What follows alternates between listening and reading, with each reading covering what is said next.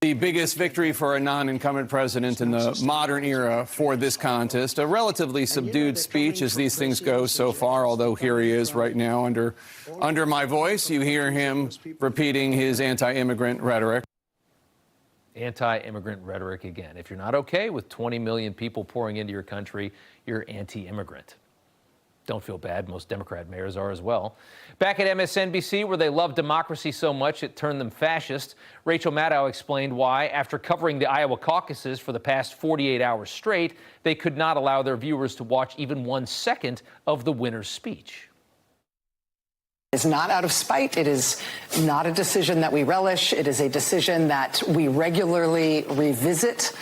And honestly, earnestly, it is not an easy decision, but there is a cost to us as a news organization of knowingly broadcasting untrue things. And that is a fundamental truth of our business and who we are. Mother of God, it's so good. It must be fattening. I could sit here and show you all the fake MSNBC stories that make her statement beyond hysterical. But of course, that would be redundant. We've done that many times. Even more fascinating is their ability to spew that kind of garbage and dupe themselves into believing in their own self-righteousness. They actually think they're helping our country by silencing the leading 2024 candidate. They believe that. How scary is that? And if you bother to waste your time watching MSNBC's oversized panels of angst inducers and the 12 people they have on the morning show every day, you realize more and more that these people are just talking to themselves. You realize nobody in this country has anything in common with Joy Reid or Rachel Maddow, not even their own viewers. It's just cheap TV consumed by the brain dead, the brainwashed, and the brainless. Congressman Matt Gaetz was in Iowa with former President Trump last night, and he joins us tonight.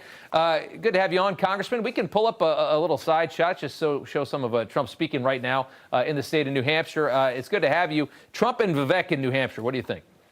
Well, it sure is great to have Vivek Ramaswamy back on sides. He's proven to be a great surrogate already. I think he'll be a nationwide asset for the Trump campaign, certainly someone who will bring a lot of additional energy. And there's a lot of energy right now and momentum. This was a historic win in Iowa. We're well positioned in New Hampshire. And I think what Joy Reid and Lawrence O'Donnell are most worried about, Rob, is that the Republican Party is becoming more diverse. That's what they're actually scared of. They want to live in this system where race dictates your politics. Right. And we're seeing more and more working class Hispanics, working class African Americans, particularly men, breaking overwhelmingly for President Trump as they're choosing to engage in this 2024 presidential contest. So that terrifies them, because then they have to actually make an argument about how they're going to improve people's lives. Like Joy Reid just, smacking her lips about like race isn't going to make prices go down for your groceries. It's not going to make it easier to fill up your gas tank, and it's certainly not going to give you a better prospect for your future while facing this incredible inflation. And that's why I think we've got the winning message going forward. That is the most incredible thing, is watching that over time, how the media disconnects further and further and further from the people in this country. It used to be, and people talk about this all the time, a journalist used to be a job, it was a relatively working class job.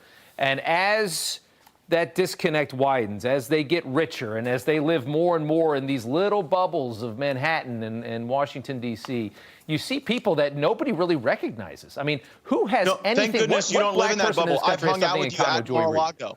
I know you get out of New York and hang out down in the beaches in Florida. So, gives you a chance to interact with a Florida man and Florida woman. But these folks at MSNBC are trying to like cast this contest that doesn't exist right now in the primary. Right. Donald Trump has centralized really a tremendous amount of support. He's built a durable coalition. We have the momentum. And the principal point you're going to hear President Trump making tonight and beyond is that Nikki Haley is an unacceptable option. She wants to raise taxes. She's pro-amnesty, and she would like to start 3 wars before lunch tomorrow. And as we make that case across New Hampshire and across the country, I expect that it'll be very damning. I think so, too. Congressman, good to have you on. Good to see you as always. Thanks, man.